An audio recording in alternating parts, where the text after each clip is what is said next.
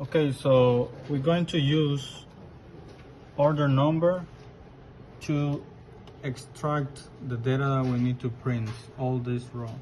So for example, here we have a barcode with this A002. So when we scan that, you will see the data changing in. Okay, so this is A002, April, for expiration date 225. And then you can print multiple times. You can see here it's changing. All right, and then when you need to print another product, you can scan the second one, A003. You can see how the values change. And then you can continue printing.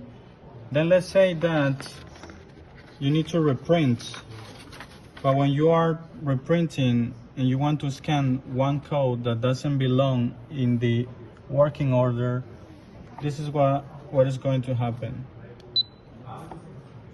You will see something like this. This is incorrect. This means that the data for the working order doesn't exist. Like you can see, this is A0016, but we don't have A0016. So you need to scan the correct one. For example, let's say I want to reprint this one. So I scan A001.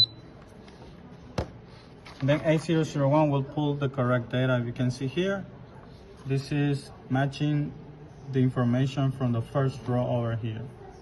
And again, you can print multiple times according to your production. That's it.